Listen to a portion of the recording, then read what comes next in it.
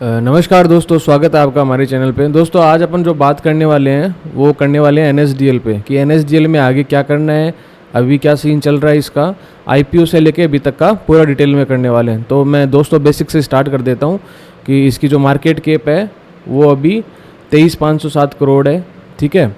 और current price 1175 पे trade कर रहा है। स्टॉक पी है 71.7 है और आरओसी 23.6। अब मैं आपको थोड़ा सा इनको एक्सप्लेन कर देता हूँ। ये जो मार्केट कैप है वो तो अभी आपको सबको ही पता है। इसके अंदर करंट प्राइस 1175 पे ये ट्रेड कर रहा है। ये जाके आया 80% तक इसने ग्रोथ दिखाई है और उसके बाद में ये अभी 1175 पे आ चुका है, ठीक है। आरओ ये रिटर्न ऑन इक्विटी 17.8%, ठीक है ये। और फेस वैल्यू इसकी 2 की है। अब इसकी मेन दोस्तों अपन बात करें कि इस स्टॉक के बारे के अंदर, तो वो अपन चार्ट के बारे में तो अभी कर नहीं सकते। चार्ट के बारे में इसलिए नहीं कर सकते क्योंकि अभी ये बहुत कम समय का है, तो इसके अंदर चार्ट रीड करने में भी कोई फ़ायदा नहीं है, ठीक है। इसका कोई मतलब नहीं निकलेगा क्योंकि चार्ट कम समय का है। चार्ट अभी पूरा होता तो फिर उसके बारे में उसको रीड कर सकते थे। तो बेसिक से अपन बात करते हैं तो इसके फंडामेंटल अपन अभी जो आए भी फंडामेंटल ही रीड करेंगे। तो मार्केट कैप आपको मैंने बता दिया है, स्टॉक पी भी मैंने आपको बता दिया है। रिटर्न ये अभी तक 80% का दे चुका है, अभी तक 80% का रिटर्न दे चुका है अपने प्राइस जहाँ से लिस्ट हुआ था वहाँ से अभी पूरा ऊपर जाने के बाद तक, ठीक है। हाई जितना लगा के आया है 1400 के आसपास लगा के आया है, तो वो 80% इसने दे सकता है। अब दोस्तों इसकी अपन बात करें नीचे तो आपके प्रोज कौन है, कौन सो इसके अभी कुछ है नहीं, कौन सो अभी ये सीडीएसएल के लिए कि उनके लिए एक कॉम्पिटिटर आ चुका है।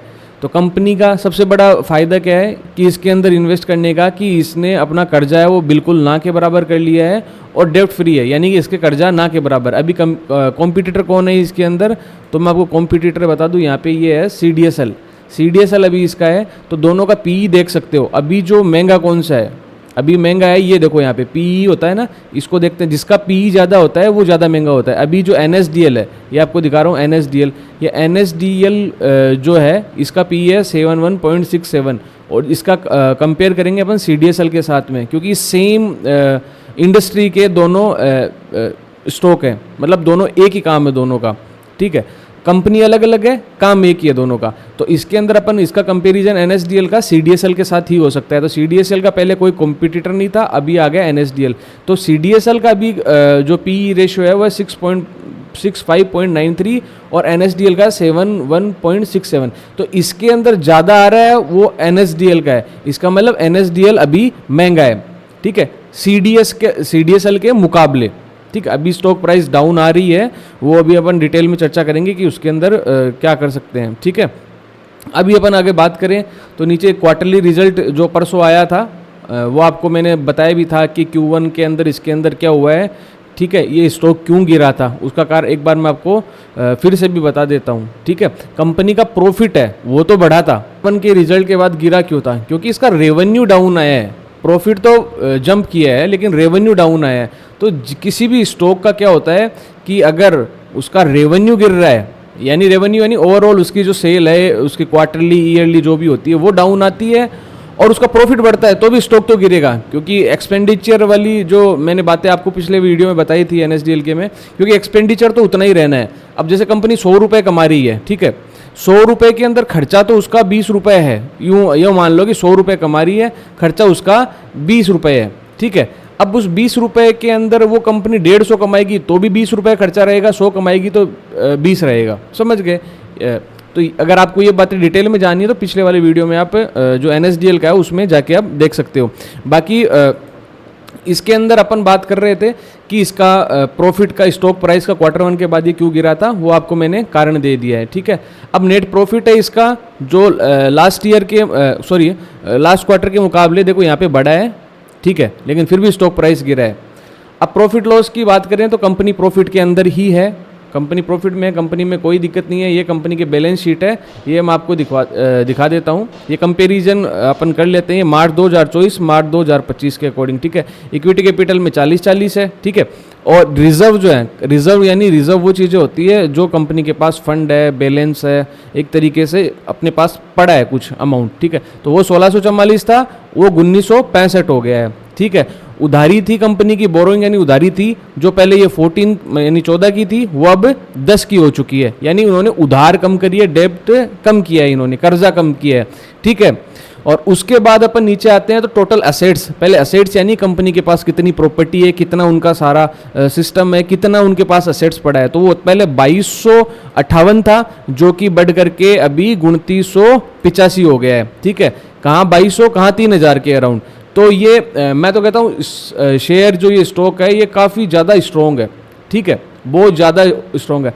अब आते हैं दोस्तों काम की बात पे, वो है देखो सबसे बड़ी इंपॉर्टेंट बात, आज के 4 दिन पहले तक इसके अंदर जो पब्लिक थी, शेयर होल्डिंग पैटर्न की बात कर रहा हूँ मैं यहाँ पे, ये जो शेयर होल्डिंग पैटर्न है पब्लिक थी, ये सबसे टॉप पे थी। DIS का इतना इसमें रोल नहीं था, ठीक है।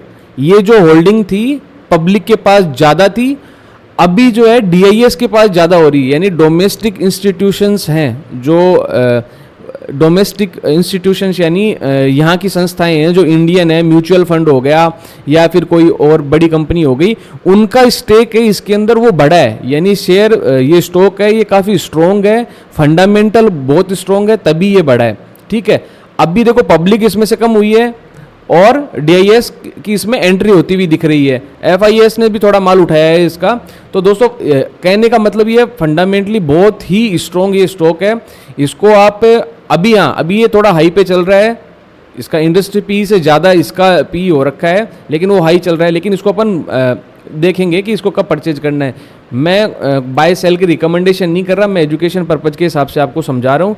और मेरी नज़र के अंदर इसकी जो प्राइस वैल्यू है वो मैं रख रहा हूँ। अभी एक बार इसके अंदर प्रॉफिट बुकिंग आ रही है, तो इसके अंदर एटलीस्ट 2-3 दिन आपको वेट करना चाहिए, और 2-3 दिन वेट के बाद में आप इसको देख सकते हैं। और वैल्यू अगर मैं आपको बताना चाहूँ कि ये किस वैल्यू के ऊपर आपको ये वैल्यू की बात करें, तो टॉप इसने यहाँ पे लगाया था, यहाँ पे 1400 का लगाया था, यानी 80% के आसपास इसने ग्रो किया था अपनी वैल्यू से, जहाँ पे ये लिस्ट हुआ था। उसके बाद आते आते आते ये यहाँ पे 1175 आ गया है। इसकी मैं वैल्यू मानता हूँ कि अगर ये मेरा ओपिनियन है, ये इस अमाउंट तक यहाँ पर आ सकता है, यानी कि 1000 के आसपास ये आ सकता है। वहाँ पे नई खरीदारी बनने के इसके अंदर चांसेज है। अभी तो एक बार प्रॉफिट बुकिंग ही चलेगी। अब इसके अंदर अपन ग्राफ की बात करें तो ग्राफ तो इसका काफ़ी कम समय का है, तो इसके अंदर चार्ट को अपन अच्छे से डिटेल में पढ़ भी नहीं पाएंगे, क्योंकि लंबा समय का होता है, काफ़ी 3-4 महीने का, 2-3 महीने का, तो उसके अंदर आपको समझ में अपन पढ़ भी सकते हैं इजीली।